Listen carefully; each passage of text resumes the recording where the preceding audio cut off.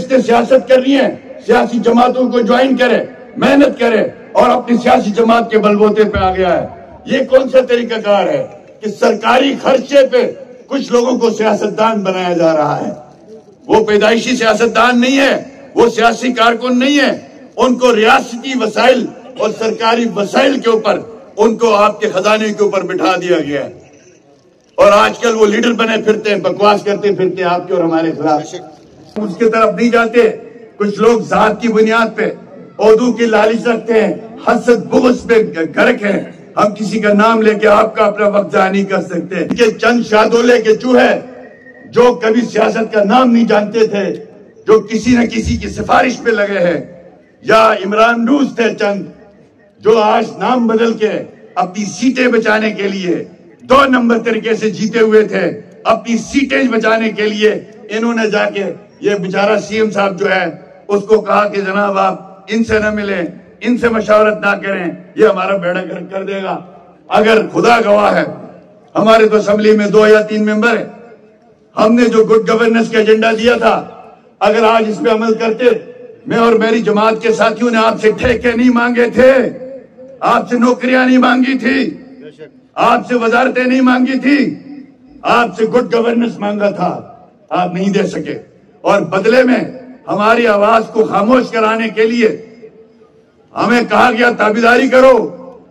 ہماری جماعت کے اندر چند ایسے حضرات جو ہر حکومت کے دلالی کرتے ہیں وہ موجود ہیں. اس کے ساتھ خان نواز شریف کو گالیاں دیتا رہا یہ خالد خورشید, یہ این سی پی, اور گالیاں دیتا رہا یہ جتنے بھی این سی پی ان کے وزراء ہیں.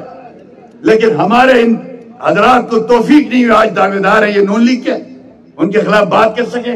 5 سال پہ زبانیں تالے لگا دیے, فیس بک کے اکاؤنٹس بند کر دیے, سوشل میڈیا پہ آنا بند کر دیا, صرف کس لیے کہ آپ نے جناب ان کو خلاف بولنے کی قیمت ہوتی ہے میرے بھائیوں, سچ کی قیمت ہوتی ہے, حق کی قیمت ہوتی ہے, جو میں اور میرے ساتھی جنرل مشرف کے دور میں بھی ادا کرتے رہے, پیپلز پارٹی کے دور میں بھی ادا کرتے رہے, عمران نیازی کے دور میں بھی ادا کرتے رہے, اور آج بھی ادا کرتے رہے, اور آئندہ بھی کرتے رہے. 2020 کے الیکشن میں جس طرح کا الیکشن کروایا گیا, آپ کو سامنے وہ حقائق سامنے ہیں. ہماری جماعت کو توڑنے کے لیے الیکشن کو غیر معینہ مدت کے لیے ملتوی کیا گیا, اور آج وہ ملعون فیض جس نے گلگت بلتستان میں مسلم لیگ نون کی حکومت کو تباہ و برباد کرنے کی کوشش کی, عوام کا مینڈیٹ چھین کے ایک جعلی حکومت گلگت بلتستان پہ مسلط کی, آج وہ غداری کے چکر میں جیل کے سلاخوں کے پیچھے ہے. یہ آپ کی کامیابی ہے. میرے بھائیوں, میں صرف یہی گزارش کروں گا کہ آپ جو ہو چکا ماضی میں, ہم اس پہ اگر دہراتے رہیں گے تو بات نہیں بنے گی. یہی گلگت بلتستان ہے, ہم ہر مجلس میں یہ بات کہتے ہیں, ہمارے آباء و اجداد نے ڈنڈوں سے کلاڑیوں سے گلگت بلتستان کو آزاد کروایا. اب ہماری کیا ذمہ داریاں ہیں, ہم کیا کر رہے ہیں؟ علامہ اقبال نے ایسے ہی موقع پہ کہا تھا, علامہ اقبال نے فرمایا تھا کہ ہم ماضی کو کوستے رہیں گے, ماضی کو یاد کرتے رہیں گے صرف, جس پہ علامہ نے فرمایا تھے تو وہ آبائی تمہارے مگر تم کیا ہو, ہاتھ پہ ہاتھ دھرے منتظر فردا ہو.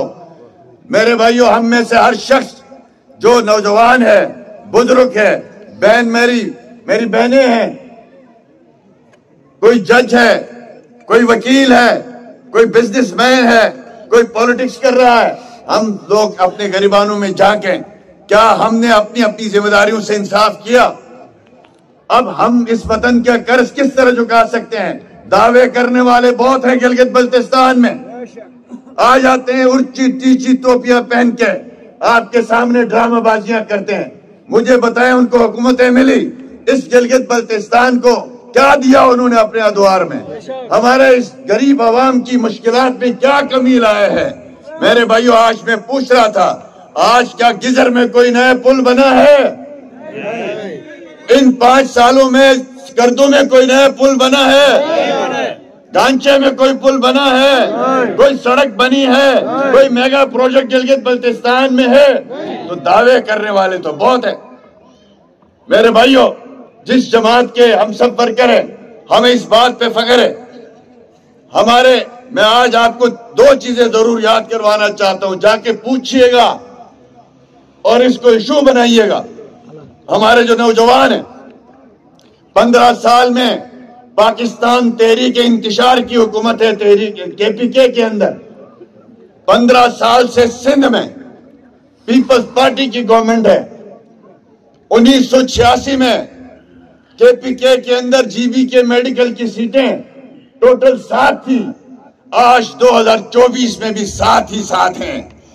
کیا نہیں پوچھ سکتے ہیں یہاں پہ صاف چلی شفاف چلی والے ڈنڈورا پیٹتے ہیں، نوجوانوں کو گمراہ کرتے ہیں؟